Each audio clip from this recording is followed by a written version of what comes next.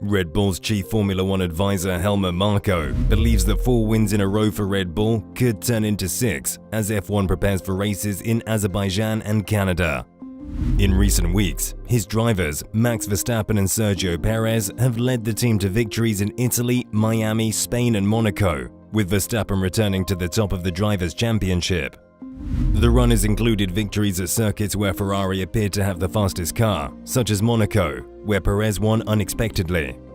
Marko admits that Ferrari and Red Bull are close in terms of who has the faster car, which often depends on the track.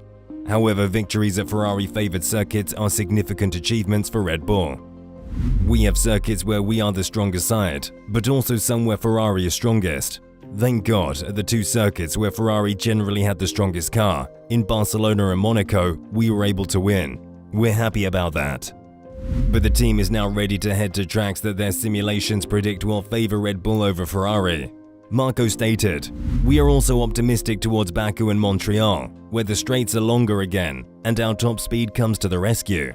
We are about level with Ferrari, so the form of the day, the setup, the tyre wear and keeping the tyres in the ideal working window for a long time will be crucial."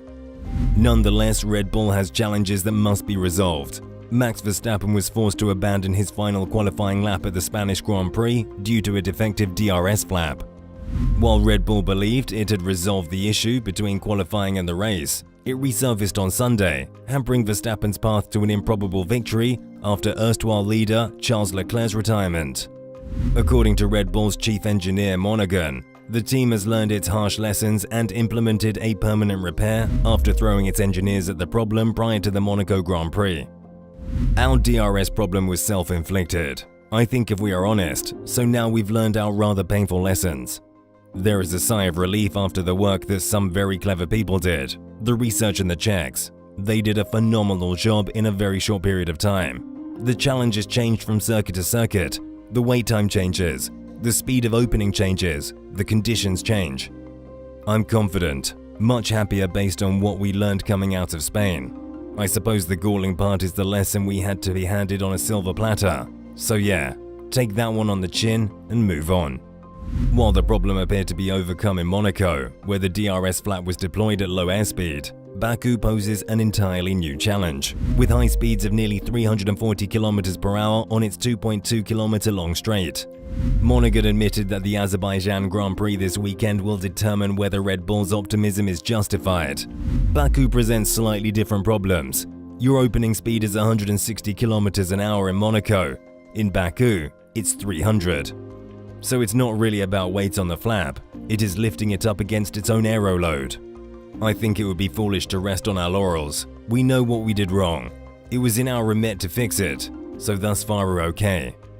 Red Bull now leads both championships after an impressive comeback from a poor start to the season. And while the team's overall recovery has been a highlight of the season, Sergio Perez's improvement has received special attention. Perez was drafted last year to replace Alex Albon and took some time to adjust to the 2021 Red Bull, which was built around team leader Verstappen.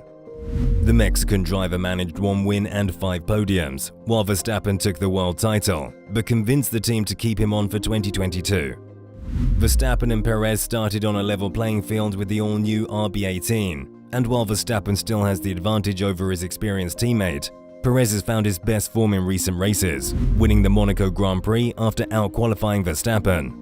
His first victory of the season moved him up to 3rd in the Drivers' Championship, with 110 points after 7 races, which is more than half of his total for 2021. Even before his victory in Monaco, Perez's improved performances had impressed the Milton Keynes team enough for them to offer him a new 2-year contract that will last until the end of the 2024 season. When asked to explain the differences between his 2 drivers, Paul McGonaghan says the 2022 car is better suited to Perez than the machine from last year. Checo is driving extremely well this year, and he does find the car is not always to his liking, but it's one that he can drive. I find it interesting that Max, he can drive the thing. Goodness me, he really can. And the likes and dislikes, that's a typical ebb and flow you'll see between teammates. I think last year's car, don't forget that we were coming to the end of the set of regulations which had evolved, and we'd evolved with Max, and then Checo got in, and as a teammate to Max, we couldn't have asked for better, could we? Monaghan suggested that Perez is now at least as quick as Verstappen during a Grand Prix weekend, but that the Dutchman is performing at his best ever level to find an edge in the final stages of qualifying. I wouldn't say it is a particularly difficult car. I wouldn't say it's an easy car. And at the moment, the ebb and flow is that Checo is very with it and likes it. Would Max come to the same point of settlement? Yes, he might do slightly later on in the weekend. Will he complain after the race, win or lose or whatever? Complain is the wrong word. Will he have his usual constructive criticism? Yes, of course he will. I think we should expect that from both of them. I don't know if one is more comfortable than the other. I think Max is driving as well as I've ever seen him drive. We'll see what happens towards the end of the year. Following the Monaco Grand Prix, the Mexican is only 15 points behind leader Verstappen and 6 points ahead of Ferrari's Charles Leclerc.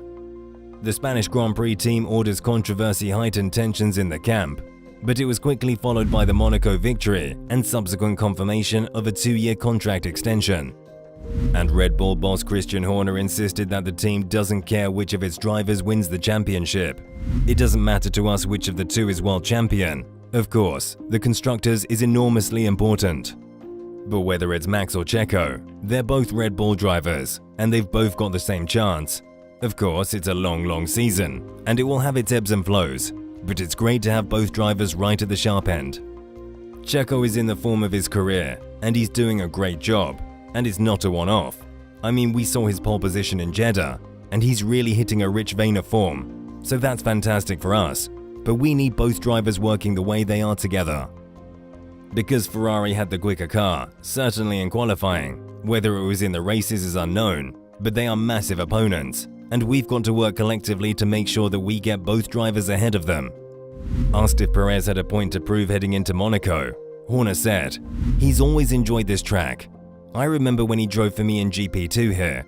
He's always been very strong around this circuit, and particularly the next one in Azerbaijan."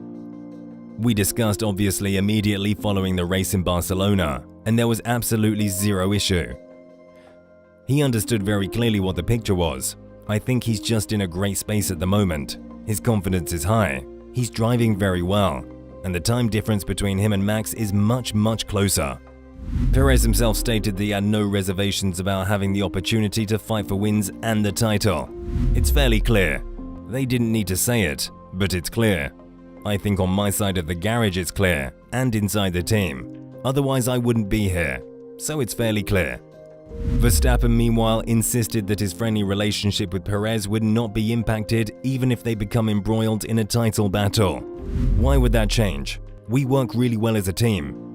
We always try to optimize the car and work for the team, and we can accept when somebody does a good job or does a better job, and I think that's very important, because that's how you are respectful to each other. And yeah, may the best man win at the end, right? We always, of course, trying to do the best we can on the track, but we also respect each other a lot and try to score the most possible points every single weekend for the team. Red Bull was embroiled in a dispute with competitor Aston Martin back at the Spanish Grand Prix when the Silverstone-based firm bought a heavily updated car which had a strikingly similar design to the Red Bull's RB18. The FIA cleared Aston Martin of any wrongdoing, but Red Bull confirmed that they would conduct an internal investigation to identify any data breaches. Helmut Marko, however, has since admitted that Red Bull's internal investigations yielded no evidence against Aston Martin in their copying dispute. There was data downloaded, but I never said where that data went. That's another factor. Until we can prove something, we will not do anything against Aston Martin. At the moment we can't prove anything, and so we're not going to make a case out of it. Also because Aston Martin is not a direct competitor either. While replicating a rival team's design is nothing new in Formula One, Red Bull is looking for clarification on where the regulatory boundaries are.